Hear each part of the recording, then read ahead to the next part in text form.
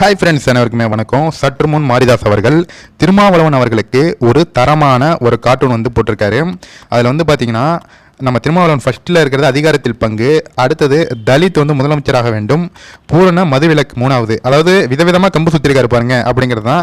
கடைசியில் அந்த கம்பில் வந்து திமுக கூடிய வச்சு என்ன முடிச்சிருக்காருன்னா, நூற்றாண்டு விழா கொண்டாடும் போது திமுக ஆட்சி செய்ய வேண்டும் அப்படின்னு அந்த கம்பில் திமுக கூடிய வச்சு நாங்கள் என்றைக்குமே திமுகவுக்கு ஒரு அடிமை அப்படிங்கிறத திருமாவளவன் காட்டுற விதமாக இந்த கார்ட்டூனை மாரிதாஸ் அவர்கள் வெளியிட்டிருக்காரு. நல்லா பாருங்க.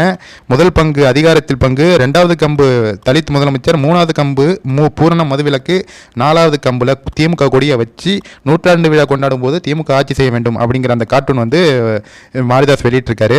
முக்கியமாக மாரிதாஸ் அவர்கள் என்ன சொல்றாரு அப்படின்னு பார்த்தீங்கன்னா, லாட்ரி மார்ட்டின் கட்சியை வாங்கிவிட்டார் என்பதற்கான ஆதாரம் தான் தற்போது திருமாவளவன் அவர்களுடைய அந்த நடவடிக்கை.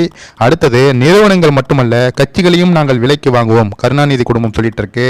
முக்கியமாக இதெல்லாம் நடக்கிறதுக்கு முன்னாடியே திமுகவிடம் கட்சியை முதல்ல 25 கோடிக்கு அடமான வச்சவனுங்க இந்த கம்யூனிஸ்ட் என்பதை யாரும் மறக்கக்கூடாது அப்படின்னு சொல்லி மாரிதாஸ் அவர்கள் கம்யூனிஸ்டுகளையும் தற்போது தங்களுடைய கட்சியை திமுகவிடம் அடமான வைத்திருக்கும் விசிக திருமாவளவன் அவர்களையும் மரண கலாய்ச்சி கார்ட்டூனை வெளியிட்டு கிழித்து தொங்க விட்டுருக்காரு நம்ம மாரிதாஸ் அவர்கள். முக்கியமாக இந்த மது ஒழிப்பு மாநாடுன்னு இப்போ ஒன்று நடந்திருக்குங்க, செம்ம காமெடியாக இருக்குது. அதாவது மது ஒழிப்பு மாநாட்டுக்கு வந்த 100% வந்து பார்த்தீங்கன்னா 90% பேர் வந்து மது அருந்தி விட்டு தான் வந்திருக்கிறார்கள் அப்படிங்கிற ஒரு நியூஸ் வந்து பார்லிமெண்ட் நியூஸை பார்க்கும்போது நமக்கே தெரிகிறது.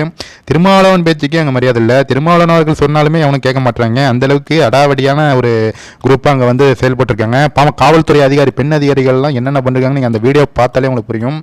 இதெல்லாம் திருமாவளவன் வளர்த்து விட்டால் தான் அவராலே கட்டுப்படுத்த முடியல. அப்படிங்கிறப்ப இதெல்லாம் காவல்துறை தங்கள் கையால் லத்தியை எடுத்து அவங்க கட்டுப்படுத்தினா தான் உண்டு.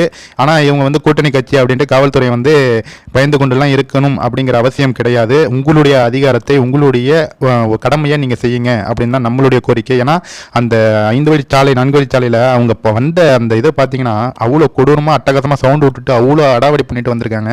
பாவம் அங்கே வந்த நார்மலாக போகிற காரில் போகிற வர குடும்பத்தினர் கூட ரொம்ப அவதிக்குள்ளாகினர். கண்டிப்பாக இது மாதிரி சம்பவங்களை இதுக்கு பிறகு நடக்காமல் காவல்துறை பார்த்துக்கொள்ள வேண்டும். ஓகே ஃப்ரெண்ட்ஸ், இந்த வீடியோவில் ஷேர் பண்ணுங்கள்.